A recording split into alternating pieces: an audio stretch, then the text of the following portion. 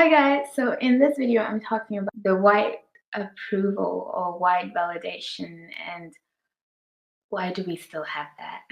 I get that if you're raised in society for so many years that just portrays one way of being as the ideal way of being, that those things are going to like sip into your being, into your DNA, into what you see as good, into what you see as important and valuable. You're gonna be like covered in it, and you're gonna have to when you start questioning or when you start wondering, are these all things that I've gotten from myself or from an oppressive society? You have to brush and brush. It's like tedious work to get rid of all these traces of an oppressive mindset, right? But like sometimes I wonder, for example, why is it that every time in Africa we get someone who's a genius, like the boy who built his own windmill by just reading books? This is genius, you know. Or people that do well in math, or people that are great in engineers or chess players or whatever. Like there's this thing of like, oh, they're so good. Now they must go to Europe. Do you understand? Now they must go to America. Now they must go and be with those people and then go to their school, you know, go to elite European schools. Why can't brilliant people be praised by Africans and stay in Africa and create things in Africa? Why do we always, whenever something is great, it's only as great as, okay, the Western world also recognize that this person is great. Like how the people who become world known, like whose novels are great, they still have to have a Western stamp of approval, you know, that they went to Yale or they went to Oxford, Cambridge, you know, and it makes me so, ugh, why? Why do we always have to be infiltrated through whiteness in order for us to be really good, you know? I feel like it's always like no matter how good we are, it's not as good unless we've had the white stamp of approval.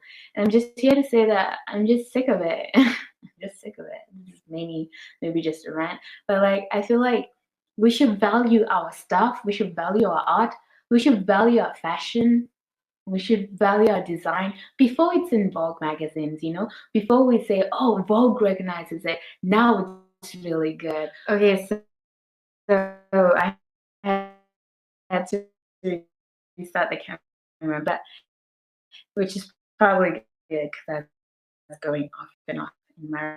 But basically, what I'm trying to say is that because oh they're doing our dances, or oh they're reading our books, or oh look they care about how we grow food, or who cares. I just feel like, oh my god. And like some people are like, oh, it's good that they show appreciation. It's also like in the natural hair movement that our hair should be accepted by society, especially if you live like in a primary white society. They should be accepted and embraced, and there should be space for our hair in that society. And I'm just feeling like, why isn't it just enough that we like it? And I feel like it's almost like compensating for our own lack of appreciation of ourselves. Do you understand? So we need other people to appreciate it as well, especially people who we think are better than us, because then we feel like, okay, now it's important because they recognize it, you know?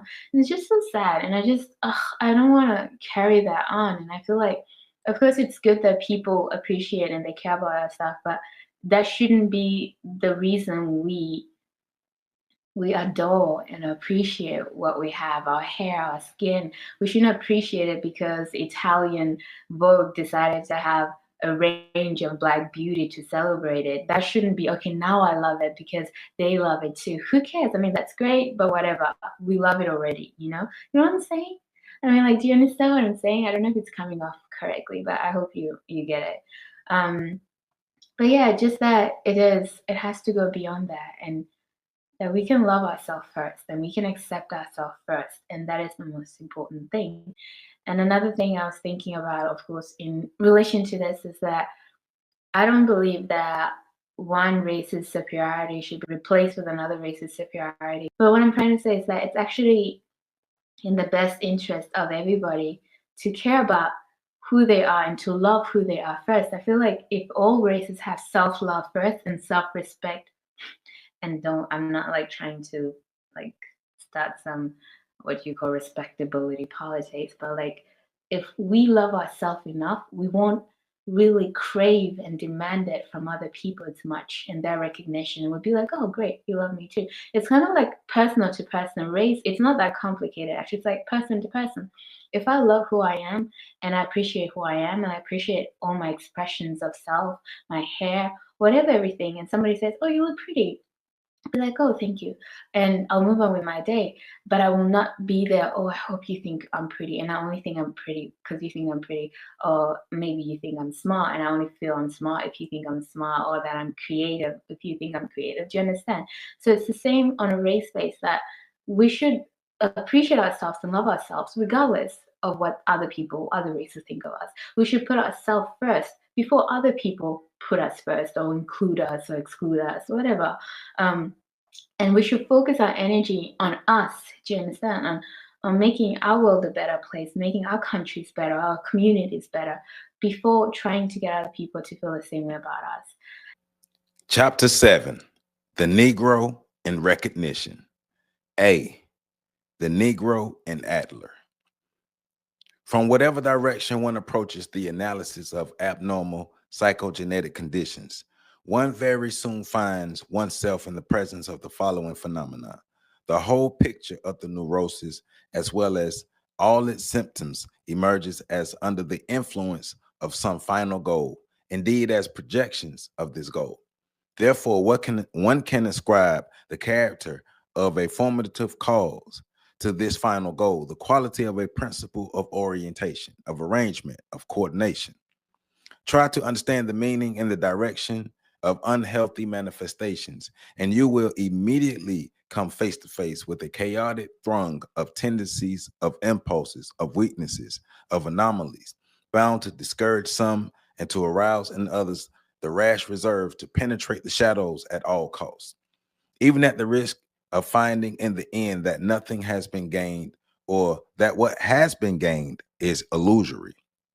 If, on the other hand, one accepts the hypothesis of a final goal, or of a casual finality, one sees the shadows dissolve at once, and we can read the soul of the patient like the pages of a book.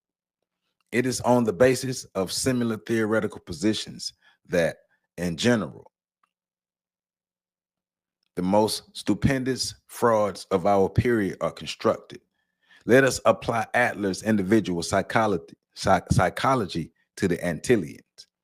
The Negro is comparison. There is the first truth. He is comparison. That is, he is constantly preoccupied with self-evaluation and with the ego ideal. Whenever he comes into contact with someone else, the question of value of merit arises. The Antillians have no inherent values of their own. They are always contingent on the presence of the other. The question is always whether he is less intelligent than I, blacker than I, less respectable than I. Every position of one's own, every effort at security is based on relations of dependence with the diminution of the other. It is the wreckage of what surrounds me that provides the foundation for my virility. I should like to suggest an experiment to any Martinian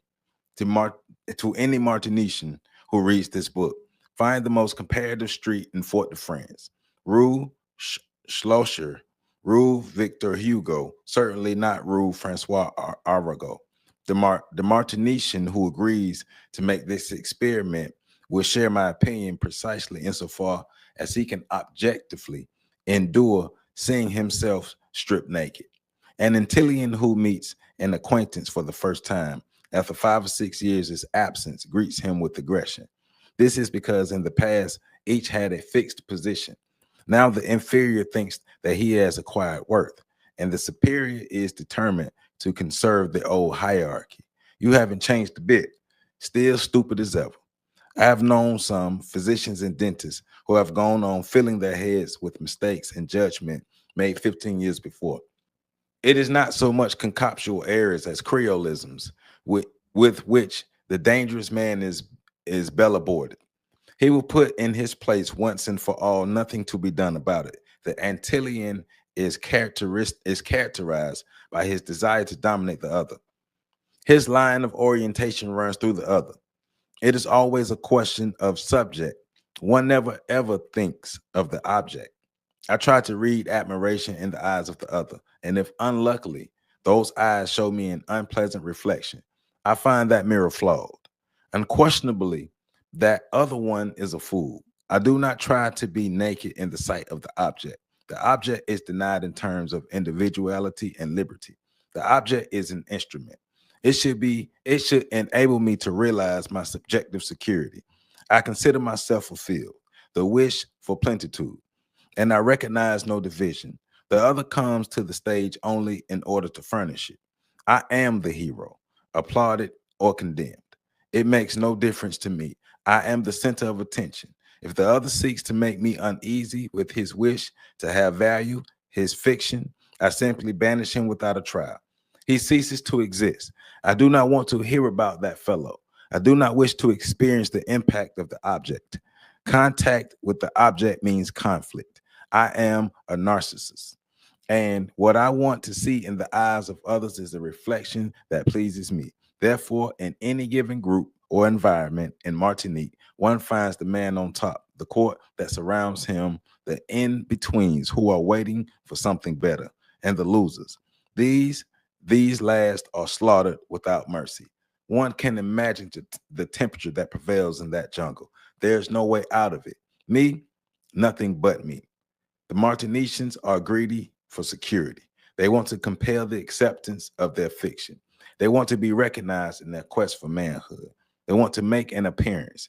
Each one of them is an isolated, sterile, salient atom with sharply defined rites of passage. Each one of them is. Each one of them wants to be, to emerge. Everything that the Antillian does is done for the other. Not because the other is the ultimate objective of his action in the sense of communication between people that Adler describes, but more primitively because it is the other who corroborates him in his search for self-validation. Now that we have marked out the Adlerian line of orientation of the Antillian, our task is to look for its source. Here the difficulties begin. In effect, Adler has created a psychology of the individual. We have just seen that the feeling of inferiority is an Antillian characteristic. It is not just this for that Antillian who embodies the neurotic formation, but all Antillians. Antillian society is a neurotic society, a society of comparison, like the young lady was talking about. Hence, we are driven from the individual back to the social structure. If there is a taint, it lies not in the soul of the individual, but rather in that of the environment. The Martinician is and is not a neurotic. If we were strict in applying the conclusions of the Adlerian school, we should say that the Negro is seeking to protest against the inferiority that he feels historically. Since in all periods, the Negro has been an inferior, he attempts to react with a superiority complex. And this is indeed what comes out of the Brockfield's book, discussing the feeling of racial inferiority. Brockfield quotes a Spanish play by Andre de Colamunte, El Valiente Negro de Flanderes. This play makes clear that the inferiority of the Negro does not date from this century, since de Claramonte was the contemporary of Lope de Vega. Only the color of his skin there are lacked, that he should be a man of gentle blood. What a disgrace it is to be black in this world. Are black men not men? Does that endow them with a bastard soul, a duller, a uglier? And for that, they have earned scornful names. I rise burdened with the shame of my color, and I let the world know my courage. It is so vile to be black. Poor one cannot sure any longer what saint to invoke. Normally, the black man is a slave. There is nothing of that sort in his attitude. For though I be black, I am not a slave. Nevertheless, we would like to be able to flee that blackness. He is in ethical position in the world. Viewed from an axiological standpoint, he is a white man. I am more white than snow. For after all, on the symbolic level, what is it really then to be black? Is it being that color? For that outrage will denounce fate, my time's heaven, and all those who have made me black. Oh, course of color. In his isolation, one sees that the wish cannot save him. His appearance saps and validates all his actions. What do souls matter? I am mad. What can I do but despair? Oh heaven, what a dread thing being black. At the climax of his anguish, there remains only one solution for the miserable Negro. Furnish proofs of his whiteness to others and above all to himself. If I cannot change my color, I won't luck. Welcome back. Welcome back. Welcome back. Happy Monday. Welcome back to On the Shoulders of Giants. I am Joseph Ward, continuing my reading of Frantz Fanon's book, Black Skin, White Mask. And this is chapter 7, The Negro in Recognition. And shout out to the young lady for the video that I used in the beginning of the video. That comes from the Abantu May, Abantu, Abantu May YouTube channel. The name of the video is On White Acceptance and Validation. That's right on time for what we're talking about today, because that's what Frantz Fanon is getting to. The Negro in recognition. The Negro wanting to be recognized by the dominant white society, because the Negro understands where the power lies, and the Negro understands who put him in this place. And the Negro is already, and the Negro in the position that Frantz Fanon is talking about is already looking at the world through the eyes of whiteness. And so everything that's good is white and everything that's bad is black. And in order for the Negro to really truly be recognized and really truly be validated and really truly become someone in this society, that Negro has to be stamped by white people. That Negro has to be validated, recognized, uplifted by white people. White people have to see that Negro. And if white people don't see that Negro, then that Negro doesn't feel like they made it. You can't have made it if only black people see you. If only your own people see you for who you are, if only your own people recognize you, and in their minds, the white people have the power. So the white people have the power. But my blackness is probably holding me back from that white recognition, that white validation, because it's not my merits. My merits are on par with what they want. But what else is it? And that's what happens when your mind has totally been whitewashed. When you have a total whitewashed mind, you believe that everything that you do needs to be in the realm of whiteness, needs to be stamped by whiteness. And if it's not, then you're not there yet. Because success is only found within the white world. Success can't be found amongst your own people. Success can't be found doing your own thing for your people, with your people. It has to be with the oppressors. It has to be with the ones who have the power. And that's what black people in those positions with that mindset. But this is most of us, though. Let's just be real. This is most of us. Most black people are seeking white validation. And a lot of us don't even really recognize it.